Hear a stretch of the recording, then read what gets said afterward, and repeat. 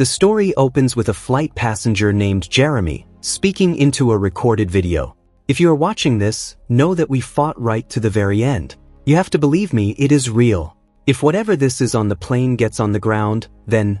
But the scene shifts to before Jeremy boarded the plane. Traveling on this same flight, alongside him, is a girl named Chloe. Her phone video is being reviewed inside a science lab. She too recorded a video on the plane. We're shown similar recordings from other passengers as well. Something happened on this flight, and all these videos are being stored as evidence. On the plane, Jeremy takes his seat beside an old man.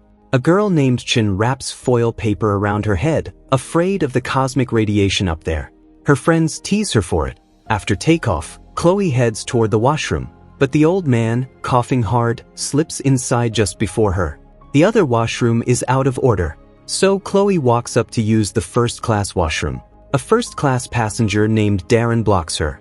He calls the air hostess, Emma, and insists he paid good money for his seat and that just because she's a kid doesn't give her the right. Chloe returns to the rear washroom, but the old man still hasn't come out. Emma seats her nearby, and there Chloe meets Jeremy. Chloe is sharp and very intelligent. Both of them hear the old man coughing. The air hostess knocks on the lavatory door. For a long time, there's no answer. Finally, the old man steps out.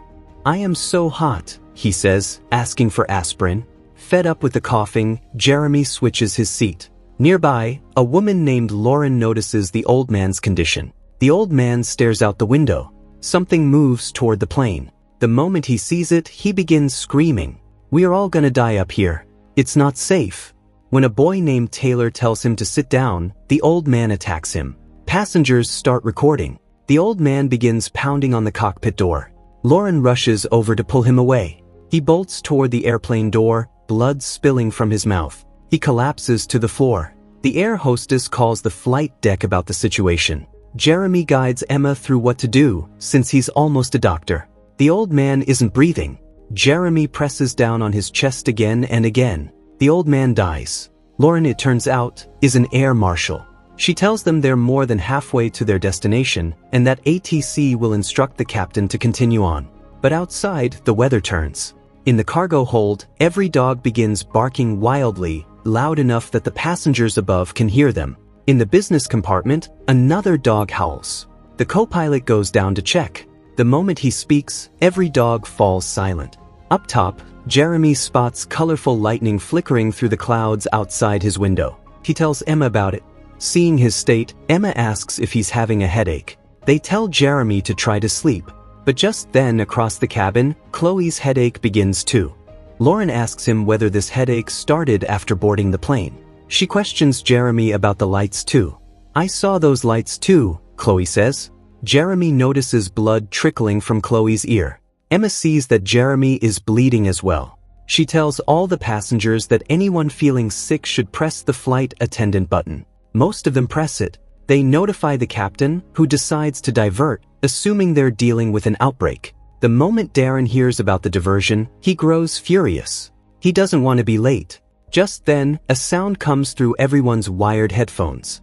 It was electrical interference. Lauren tells Darren to calm down. That's when she notices his eye. Some kind of infection has spread across it too. Just then, a bright pink light streaks past the front of the plane. The captain watches the thing fly right in front of them. He asks ATC if there's any military test tonight, but the officer's shift is ending.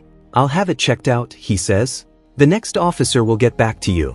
Then Jeremy sees another light outside his window.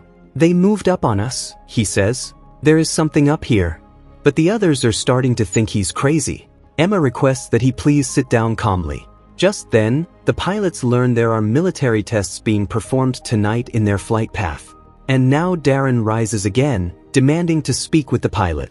"I have been attacked." Lauren steps in and points a taser at him. She tases him. Then the pilots learn the military tests were cancelled because they needed turbulence, and it's far too smooth tonight. Suddenly, clouds gather all around the flight. The plane begins veering off course. Their systems start to glitch. The pilot tells Emma that a Category 5 hurricane is forming in front of them. "So we are landing immediately." But now they can't communicate with ATC. The electrical is failing. So the co-pilot goes back down to check the breakers. And there, the howling dogs see him and fall silent again. Meanwhile, Darren asks the woman seated beside him to untie him, since neither of them is infected yet. Then it comes to light that the pilots have vanished from the cockpit. Lauren tells the air hostess the pilots aren't responding. I need to go and check. But Darren blocks her path again. You're infected, don't come here. A few other first-class passengers back him up. But they turn out to be infected too. Terrified, Darren locks himself inside the washroom. Meanwhile, ATC receives word that there are 2 more planes missing from radar and radio contact. Now Emma sees the colorful lights too. They burn all around the plane. Chloe watches lightning strike the aircraft. And for a few moments, the gravity inside the plane disappears entirely. Everything starts floating. Then gravity returns. Everyone thinks they've landed. But outside, something still isn't right. Neither the air hostess nor the air marshal knows where they are. It's a quarantine zone, a black site, Chin says. He got something contagious, and they don't want us to spread it. She asks Lauren whether the FAA will now invent a plane crash story to tell everyone. One where the plane went down and no one survived. Her words frighten everyone. Lauren points the taser at her and tells her to calm down. I'm a federal air marshal, she says. But just then, they hear a strange high-pitched sound. The sound came from the old man's pacemaker. Jeremy says he isn't sick. None of them are. Some kind of frequency is disrupting the electrical impulses. It's strong enough to give them headaches, rupture the blood vessels in their eyes, their mucous membranes. That's why the flight's communication isn't working either. He repeats that they aren't sick. He writes, "not sick," on paper. All the passengers stick it to their windows, so the authorities outside can read it. But then sounds begin coming from atop the plane, as if someone is walking across the roof. And then they see a massive creature outside, trying to pry open the plane's door. A sphere of light passes through inside the plane. Darren's toilet seat opens on its own. Something emerges from it and latches onto his face. Darren stumbles out of the washroom. He pulls Taylor from the door and opens it. And from within the smoke outside, something attacks Taylor. Everyone scrambles to put on masks to escape the incoming smoke. In the chaos, Chloe's mom passes out. Then an alien creature with multiple tentacles forces its way inside the plane. One by one, it begins killing everyone. Lauren fires at it, but a shield stops every bullet. Emma tries to force her way into the cargo compartment. The creature kills everyone. Only a few people manage to survive and reach the compartment beneath the cabins. And as Jeremy is heading down, the old man comes back to life in front of him. They switch on the vents to flush the gas out of this compartment. Lauren has no magazines left. Just then, Jeremy hears an access code being typed from above. But Brad grabs the door before it can open. Jeremy ties it shut with his belt. But one tiny creature has already gotten inside. They try to find it with their flashlights. The creature goes straight into Lauren's mouth. Lauren collapses to the floor, unconscious. Jeremy checks her pulse. Then Lauren shoots upright. She can hear them in her head.